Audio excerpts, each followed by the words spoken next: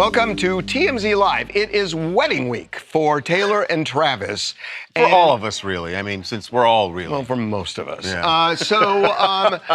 They have gone to extraordinary lengths to tell invited guests who are joining in the celebration of their marriage, you screw us by releasing the wedding invites, and we know who you are. Yep, and they came up with a pretty brilliant way to do this. So we're told that some people started receiving wedding invitations as far back as April, but the reason you have not seen them leak anywhere is because everyone's invitation is embossed with their name in very large print, meaning if it gets out, well, now we know you're the one who leaked. So the only surprising thing is that if it really does go back as far as April, and I talked to somebody late last week who said they still hadn't gotten anything other than an oral invite. But they said that why wouldn't like a phrase from the wedding invitation leak? Mm-hmm. You know, about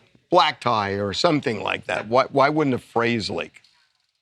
Because I think if you get the invitation with your name on it. You think they have different phrases for each person?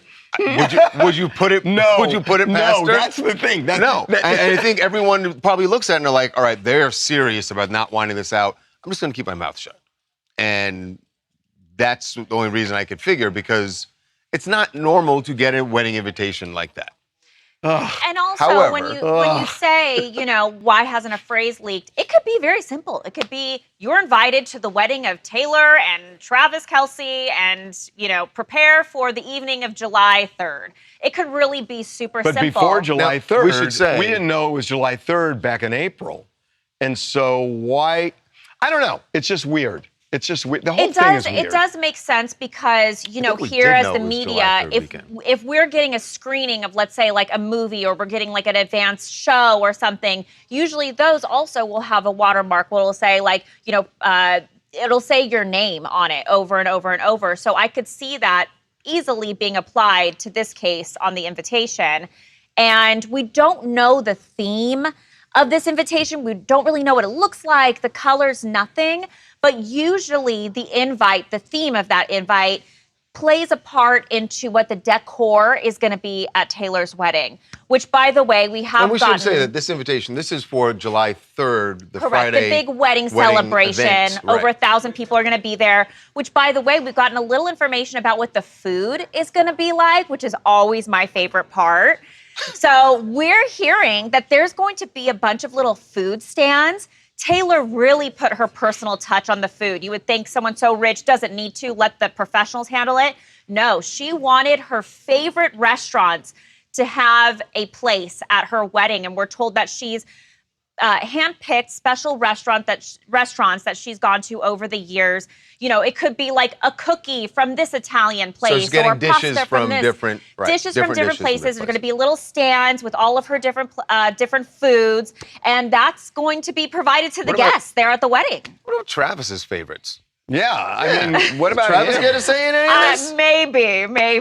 Maybe the flowers. By the way, it's Monday, and I know we have a long week ahead going through all of this, but there's activity at the Garden where they are unloading what seems to be equipment, probably pieces of the stage. This is probably from the place that we talked about. Well, yes, we're told that stage will start loading in, or actually being set up tomorrow. But a bunch of equipment was delivered today, and it's over when? I'm sorry. It's over. Oh, I can't wait! So exciting. You got Friday the 3rd before it happens. We still don't know when. We don't know when the wedding. They're getting married, exactly. And maybe they're already married. We don't know, but I got to assume they will be married by July 3rd. They will definitely. Be married by July 3rd. We just don't know where. And there have been all sorts of rumors about this. Is it Rhode Island? Is it California? It could be the Garden. Could be in the Garden. From what we're told, no.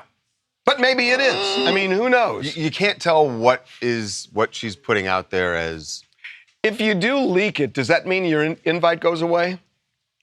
Probably. Yeah, I would imagine so. By the way, there's no sort of financial threat against you. Of course there's not. So that's the only thing they could withdraw. It's just like, I mean, at a And point. plus, then when you walk into the wedding, everyone would just yell, shame. I mean, most people who get married have a wedding registry and they make it public. And it's like, why so secretive? Why so secretive? They don't need a wedding registry. What are they going to ask people for? Hey, we need money for our honeymoon. I'm not talking about a wedding. I'm just saying, why so secretive? It's like, send a wedding invitation. Because why? If they were completely open about it, there would be not only masses of paparazzi there, but they know. But more than that, Swifties. There would be, but we know, armies of Swifties standing anywhere. As it is, they're all going to be around the garden. They knew it was going to come out before the wedding because all these trucks are at Madison Square Garden. So they had to know this was going to come out. So what's the charade of making all that stuff private when you know they're going to know in advance it's Madison Square Garden? I rest my case. It's not a case. Hi, I'm Aaliyah from Montreal, and most couples have to worry about the food, the seating charts, but since Taylor is a bigger star, she has to worry more about the internet and public exposure. So people might think that it's a little over the top what their security measures they're putting in place. But imagine trying to please more than 1,000 guests and give them a memorable experience while also protecting one of the most photographed couples in the world.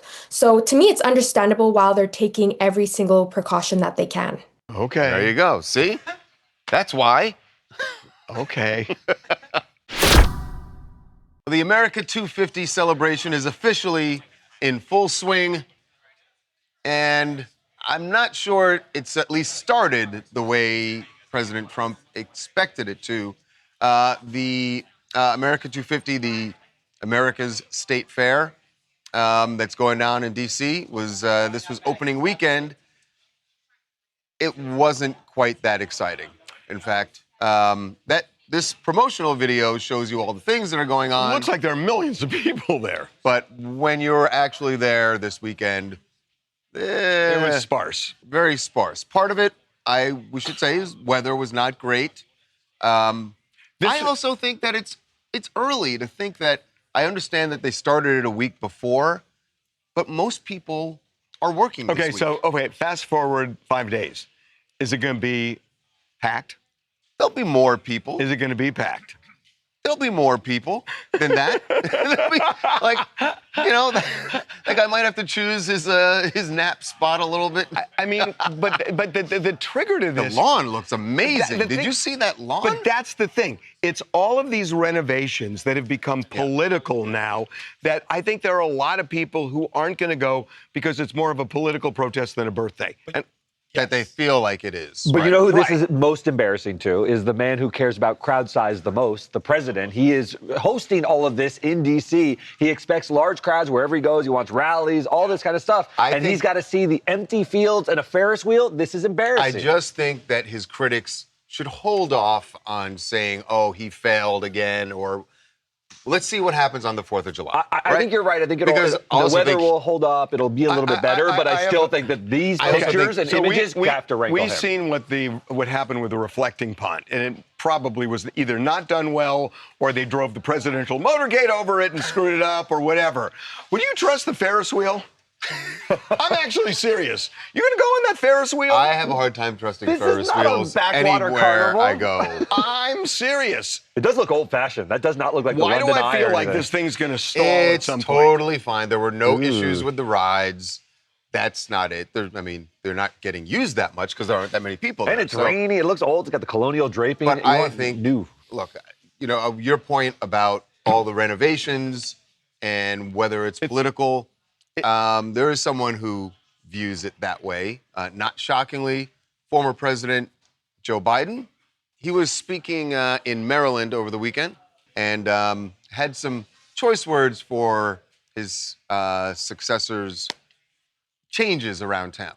It's not just his vanity projects, putting his name on a Kennedy Center, building an arch in his own honor, even hiring his own pool guy to fix the reflecting pool.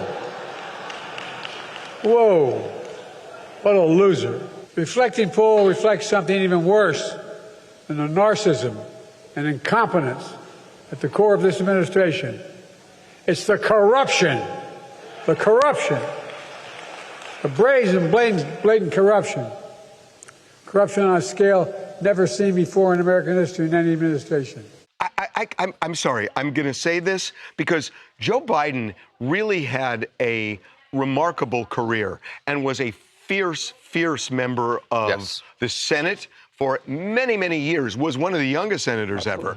And when he was vice president, he was agile and active and alert. When you hear him that way, it's hard. This is what Clooney said about him in that op-ed. This is hard to watch. He's garbling words. He can't sort of get out sort of narcissism and things like that. He's having a hard time. He got lost coming off stage, I know, and we saw Obama a week before, and he's vibrant and alive and alert. He's 25 years younger. He's 25 years younger. Yeah. No, and I get it, but it's sort of that thing about when you hang it up. And it's time. He's also sick. It's sad. How's it going, everybody? Malumbo from Los Angeles. Just to hark on the Biden compliments, Biden calling Trump a loser just has as much weight as your grandfather in an old folks home telling you that he could throw a football better than you.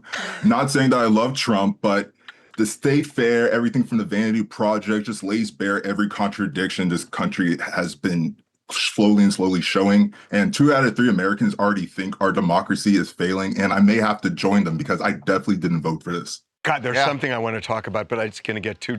You're going to say, "Oh, this is so boring." But I had a big argument with somebody over the weekend about something. Just give me a little taste of what was it about? Stacking the Supreme Court. I'm not going to say. Very boring. Very boring. Coming up. There are stories out that Luigi Mangione and his legal team are trying to strike a plea deal with federal prosecutors. I have recon in this case, and I am told that is not true. And if there haven't been plea talks, why wouldn't there be? Be right back. There are stories out that Luigi Mangione and his legal team are trying to strike a plea deal with federal prosecutors. I have recon in this case, and I am told that is not true, that they have never tried to plea bargain the federal case. There are deadlines that have to be met, and there may be some confusion over deadlines where the federal government says the trial is going to be here unless you do X, Y, and Z. But the trial is going to be in January of next year. The state trial starts in September. That's right. So let me ask a question. If there haven't been plea talks, why wouldn't there be? Why wouldn't you, just as a matter of course, why wouldn't you at least have some conversation with the prosecutors? Look, is there something that you would be willing to offer? What would you want? Like, that's a normal thing that happens, isn't it? I am told that Luigi Mangione himself does not want to plea bargain this case, and that it is akin to the Unabomber who struck a plea deal and then blamed his lawyers for the next 10 years that he didn't want to do it. He does not want to cop a plea. So the play is this, that they're going to have a state trial in September. And the idea is this, that they have talked about pleading not guilty by reason of extreme emotional disturbance, which basically means that you lost your mind because you're so angry over corporate greed and the healthcare system that you did what you did, and it becomes manslaughter. The problem with that defense that they have is if Luigi testifies, then the federal case where that defense is not available, they'll use what he says as a confession and nail him. So they don't want to do that. So what I'm told is the plan is not to have Luigi testify. They may still bring the defense up, but what they're banking on, they realistically don't think they're going to get 12 people to say guilty. But they also think that they're not going to be 12 people who will all say that. All say not guilty. But in order to so establish... they're banking on a mistrial. They're banking on a mistrial because then they can fight this thing in federal court. They think they can either win in federal court or get another mistrial, but if it's resolved in federal court, they go back to the state, and then they can put Luigi on the stand, and then they can mount that real defense. Wait, you mean the state is going to go first? The state's going first, but if there's a mistrial, the feds would then go first, and then that would get Oh, resolved. you mean they wouldn't retry the state before? That's right. Right, That's the But plan. here's the problem with that. If he doesn't testify in the state court, how does he establish the elements for his extreme emotional disturbance defense? I can answer it Please. because I know I Yeah. asked that. Yeah. His diary. The diary that he wrote, the journal that he wrote, has all of those elements in it, and then you get psychiatrists to come and testify about it. But the journal apparently is their case, Which gives them everything they need, I guess, for it. And but here's what I was also told, that they believe. I'm just going to say it. They believe they're going to get stealth jurors. Yeah. That there is such a swell of support for Luigi Mangione for whatever reason, that there, and probably various reasons, that they think they're going to get stealth jurors, and you're never going to get 12 people to say guilty. Right. And that I have people in my life who are experienced professionals, and they think, hey, I think he had reasons to do what he did. It's hard for me to fathom that you're going to agree to, you're going to allow for murder. That you're going to justify allow that. somebody to justify killing somebody for no illegal act. They're not doing anything. But there are people who believe this, for sure. There are people who believe it, and all you need is one for a mistrial. And that doesn't get him out of jail. No. But, you know, if you get, I don't know, if you get 7 or 8 of them, at some point, does either the state or the Fed just say, okay, enough? Yeah, it'd be hard for them to say enough in this case. There's so much animosity towards him in some sectors. But to your point, it could end up resulting in a plea bargain that gets you a lot less time than life. Right. Hey, y'all. I'm Media Merles, and I live in Nashville, Tennessee. And honestly, this case is dragging at this point. But then you have to really ask yourself, is it a shocker that they can't find 12 jurors who haven't been affected badly by the healthcare system or even know someone? It's like, it's not a shocker at all. So I get why they are dragging this thing along. Well, it's not even dragging. They're just strategically, they would have preferred the feds going first. They're not.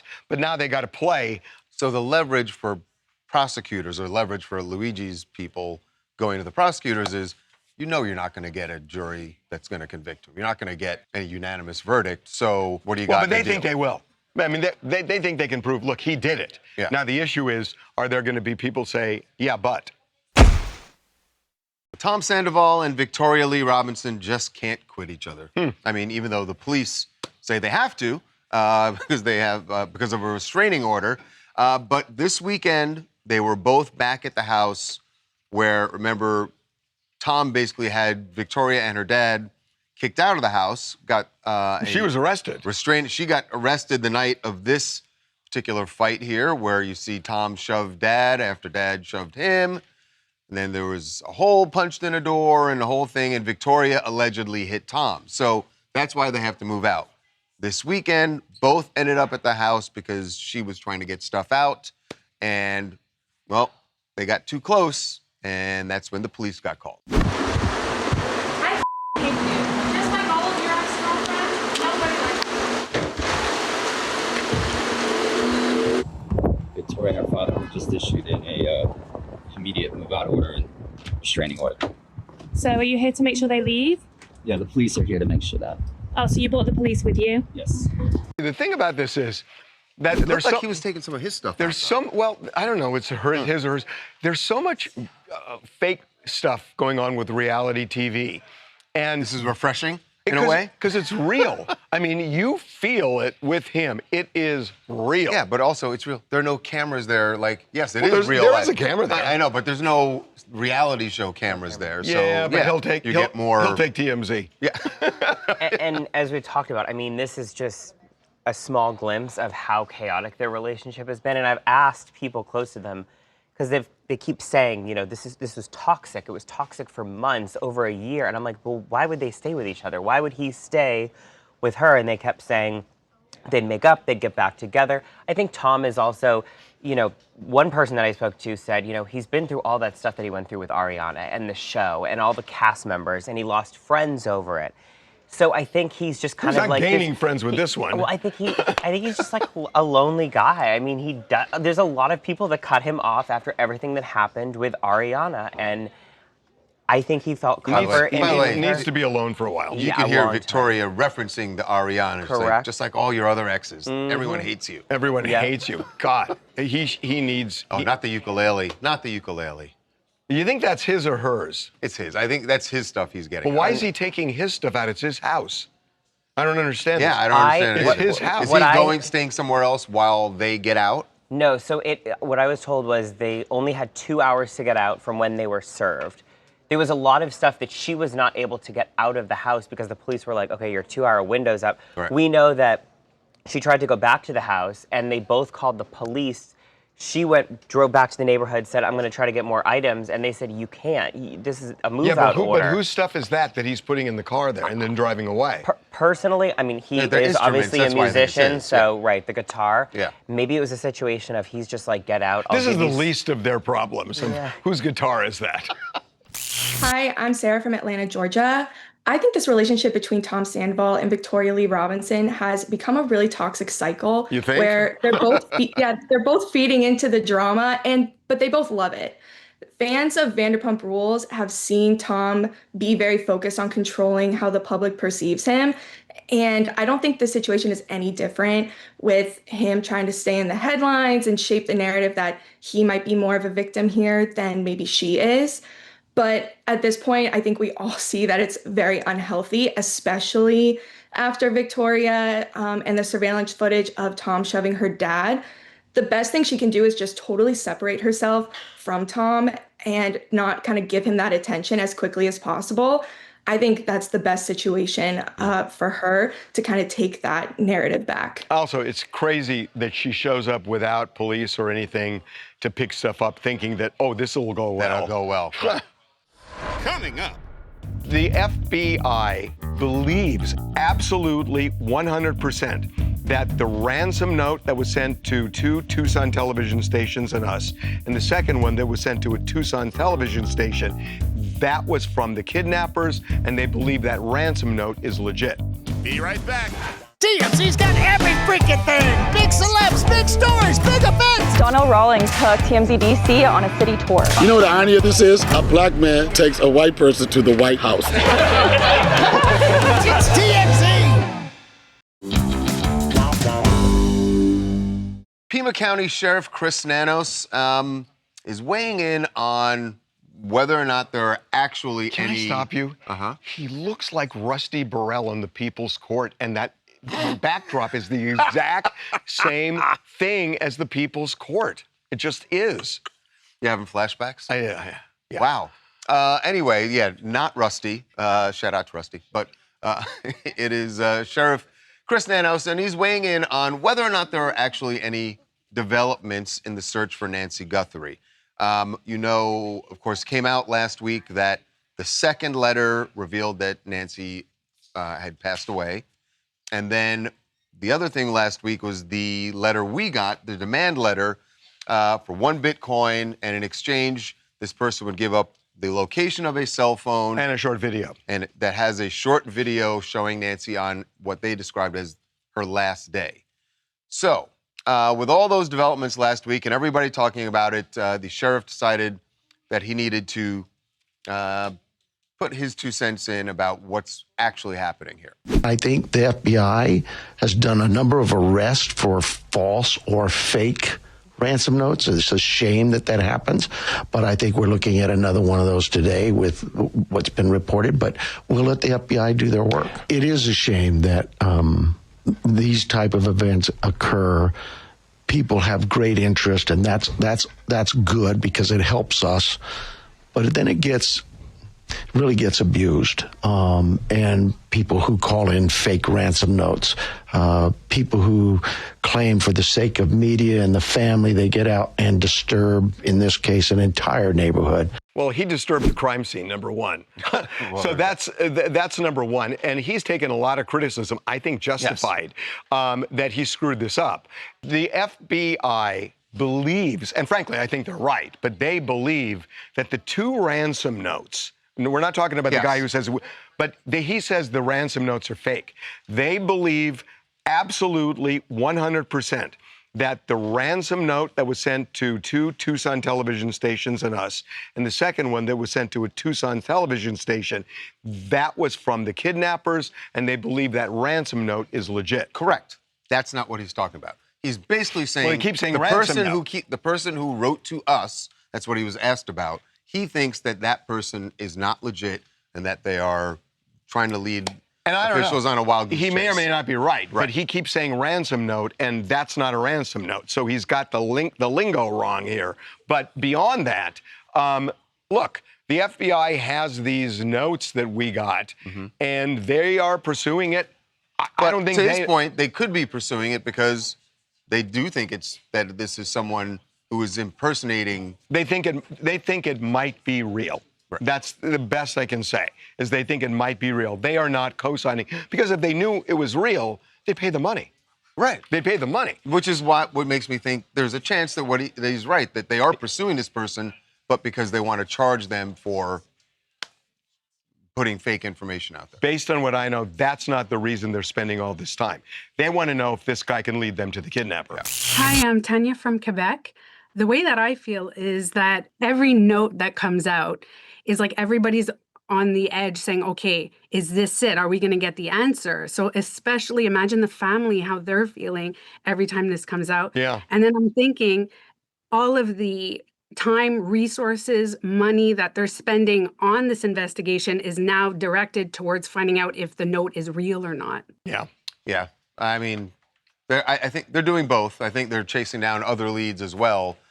These just happen to get more attention because they're sending him to the media.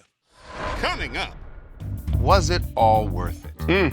When the Summer House scandal, Amanda and West hooking up, came out, we just found out that Amanda is not going to be coming back for the next season of Summer House. So West was already is not gone. coming back. Amanda's not coming back. So what you got? Be right back. Welcome back to TMZ Live. Was it all worth it?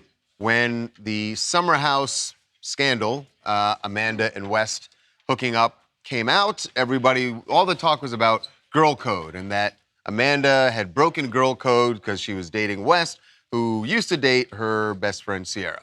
Former best friend. What made this they really so should have been talking compelling is now may be making the show sink into the deep blue sea. Indeed, because now we just found out that Amanda is not going to be coming back for the next season of Summer House. So West was already is not gone. coming back. Amanda's gone. not coming back. So what you got? What exactly? One, was it worth it for the show?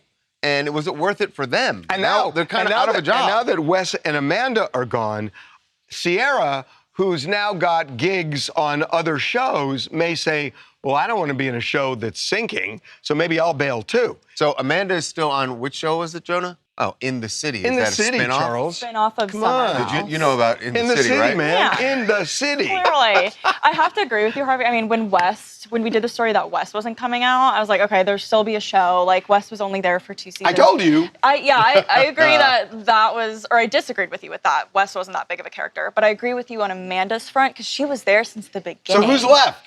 I mean, you got Kyle. You're not going to know any of the names besides Sierra anyway. That's why I know Kyle is. The thing is, the heat's gone. I mean, Amanda did bring a lot of drama. Her relationship with Kyle was kind of the entire storyline for 10 seasons. So now that she's not Kyle, on it. her estranged husband. Correct. So does Sierra bail?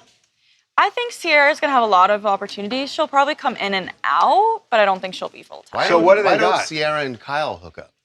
Oh, I could not see that. I don't think the fans So want when that. I'm not playing matchmaker or anything. I just, When they recast the show and you've got these casting agents, do you say to somebody, so what's your view on cheating? Are you absolutely against it? Would you be willing under certain circumstances? sleep with a best friend's ex I or mean, even current? You have to ask Makes those a good questions. show, for sure. Right? I bet they do. And it's like somebody who has this moral fiber, it's like, you're out.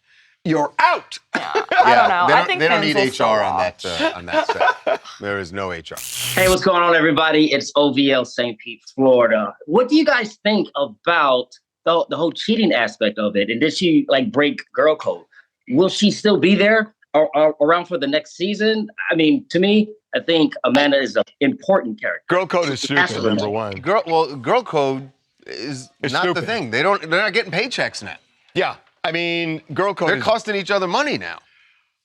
Boy, they're in trouble. Can I just tell you, your house is kind of UFO-y. The recess, no, the recess spacey out lighting. there. Recess I lights. know, but How when is that UFO-y? because it looks like you would see from the Tic Tac video to me. So the series. What? No, I think it's very. I like it. It's very cool. Refreshing. Go Right? ahead and ask the next question. You have a Diefenbachia in the back. Is it real or Diefenbachia. fake? The plant. Real or fake? I got to know. No, this is real. Would you guys like a tour? Do we want a whole tour? I mean, a little bit of one, yeah. I mean, that's a real plant? I promise you, yeah. Real plants. Why is it so shocking to you that people have Because real it's so plants? hard to keep those things alive. They're so hard. But you have It's cactus. called patience, water, and understanding. That's all you need. You have cactus in the background too. I saw. No, but they're And a goldfish. very what? And a goldfish. Wow. How long's a goldfish live? I'm serious. 26 days, I do believe. Okay, where do you think you're gonna? What day are you on? Where does it? Do we need a countdown here, or? Let's talk excretion. Yes, we're going to talk about very famous excretions, though, from very famous people. Well, one of them's famous.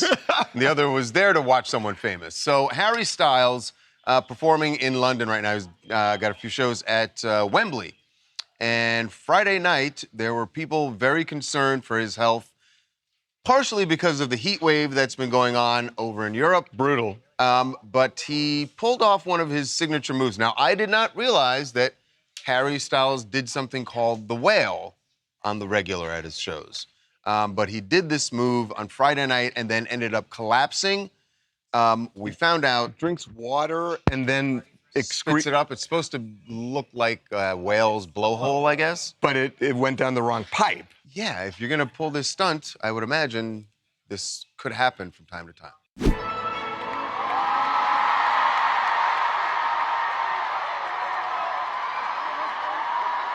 Is that theatrics or is it real? I think part of it is theatrics, and yeah, I don't think he had to collapse from the choking. I think when you I think he was joking around, collapsing. It was and then definitely he choked. theatrics. I just think when you see it when it's zoomed out, it kind of does look like he collapsed. So it kind of spread on social media pretty quickly. But obviously, you see at the end of the video, Oh, then he spit it out. he gets up. No, that's no, the that's move. them That's replaying the video. That's the. But wait a minute, if he spit it spits. out, then what was it? Because It's only you've part never of it. had something go down the wrong. Yeah, except tube? by being able to spit it out, you would think it all went out. I don't know the physics of it, but obviously not because You don't know the inner workings of Harry Styles' throat? No, I don't. I was very unfamiliar with the whale or whatever they're calling Okay, it. now let's go to another orifice. So, in other news, Noah Khan is speaking out about something that happened at one of his shows that has, dare I say it, gone viral. That there was a fan who apparently decided not to go to the bathroom during the show. This is just so gross. And she pooped. She pooped on the ground. Yes, and it's just like gross. I mean, it could have disgusting. been just to defend them a little bit. It could have been an What? accident. Could have been an Disgusting. accident. It didn't seem like it was an intentional decision to not It's go to the disgusting. bathroom. It's disgusting. Oh, it's disgusting, but we don't know the circumstances. Noah is taking this very seriously and posted this just to remind his fans, please, don't do this. Okay. I solemnly swear. I will not my pants. And if I do, I won't take it from my pants and put it on the floor. Okay, thank you. I'll have a call. Hang on. I was hoping for a better punchline at the end.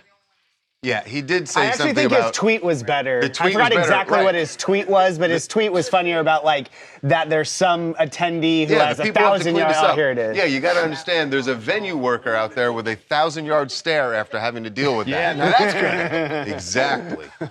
Hi, everybody. My name's Chelsea. I'm from Jersey. And I was the unlucky video taker of the whole situation. But, Okay. Oh, Chelsea. So, all right. Yes? So you heard Devin say that maybe it wasn't intentional.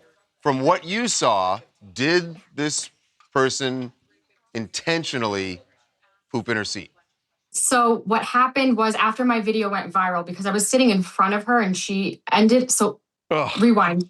I got in touch with the girl who sat in back of her, so she saw the whole thing. She deliberately defecated in her pants on purpose, sat down, did the whole shabil, and then I guess the poop was stuck in her pants. This is so crazy. Okay, all right. I think we've heard enough. Wait a minute. But you didn't see it. The girl in front of you saw it and told you. But she shot the Yes, video. it tapped me and my husband on our shoulder. Well, it's smear-say. It's hearsay. Coming up. Little love, little hip hop, got both on the TMZ After Dark tour this weekend. Couple of shots and an empanada. But we had Mr. Ray from Love and Hip Hop hosting After Dark this week. It Looks was like a lit weekend. Be right back.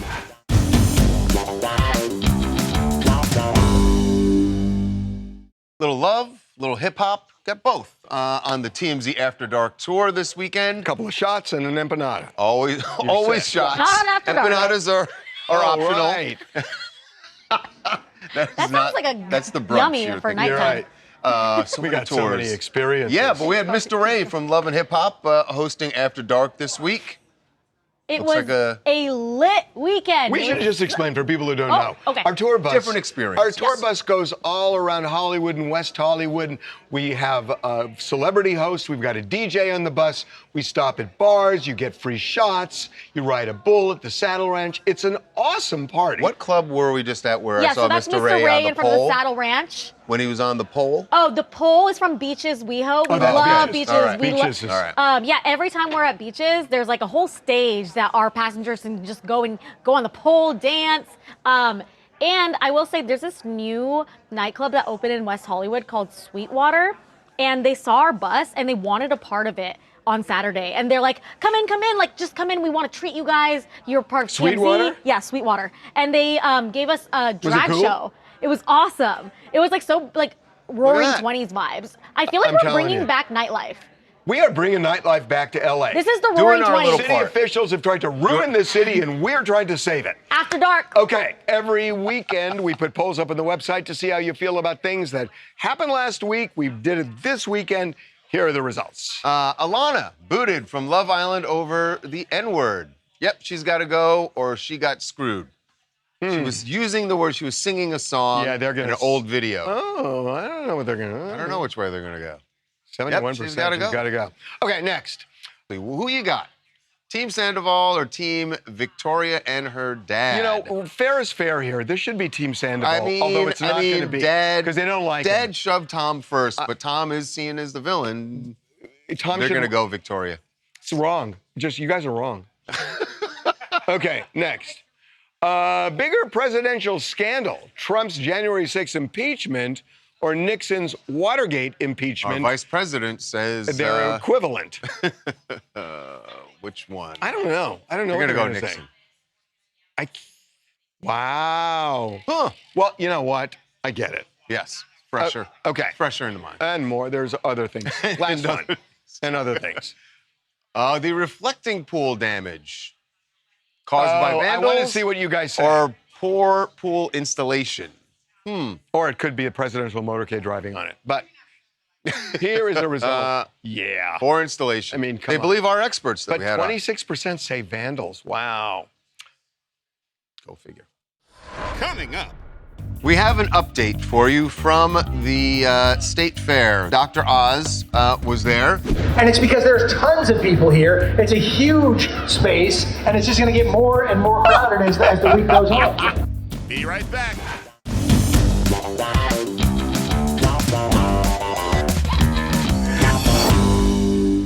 This is hysterical. We have an update for you from the State Fair, the America 250 State Fair. We showed you at the beginning of the show how the crowds were less than impressive this weekend. Well, today, this just happened. Dr. Oz was there addressing the crowd, and we had a word with him about... Well, he was also addressing the crowd, and Charlie, our DC guy, he decided he has, let's put it this way. Great timing. All the right moves. And it's because there's tons of people here. It's a huge space, and it's just going to get more and more crowded as the week goes on. Not only do we have a lot of people here, we have people that you want to have, like Stacey Garrity. That woman's going to be next governor of Pennsylvania. There we go. Yep, look at her. That is classic. So, yes. When they say what's the most important thing in comedy? Timing.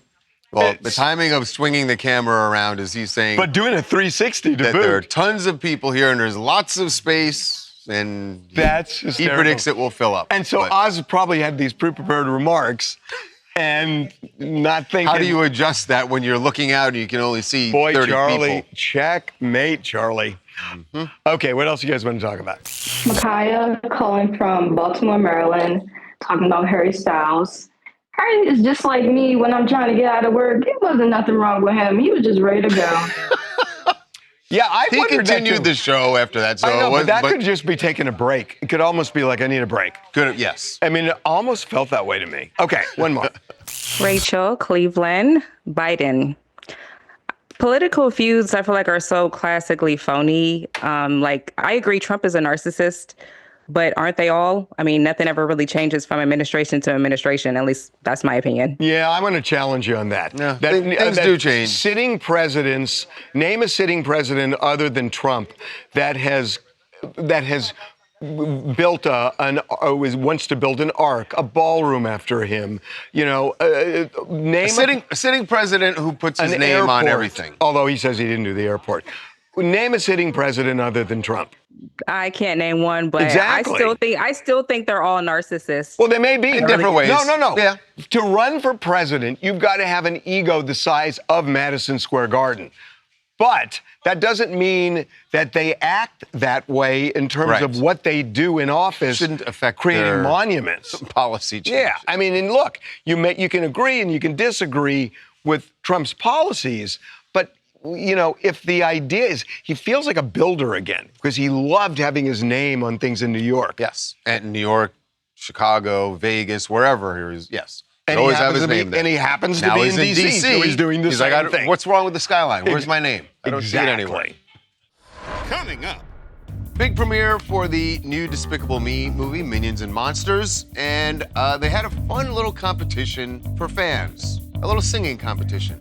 The hitch here is that you have to sing like the Minions. Let's see if you can spot the song that won. Be right back.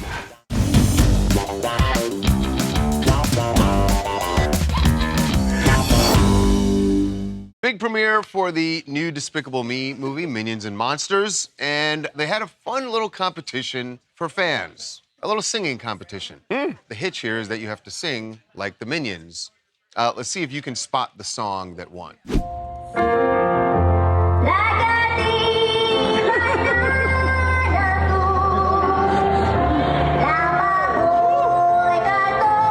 I have it. I can name that too. Ben. No, I'll be there. Oh, you got it wrong. No, you said Ben. You said Ben. You got it wrong. I'll be there. I'll be there. Sorry. I'll be there. Cannot accept. I'll Your be first answer there. was Ben. No. You got it wrong. No, I was talking to you. I'll be I there. confused your oh, name. my name is Ben. I thought suddenly? it was Ben for a second. Yeah, Ben exactly. is I'll be Nope, there. you got it wrong. I'll be there. That's an excellent rendition. I'm sure Michael Jackson is very proud somewhere. See you tomorrow, guys.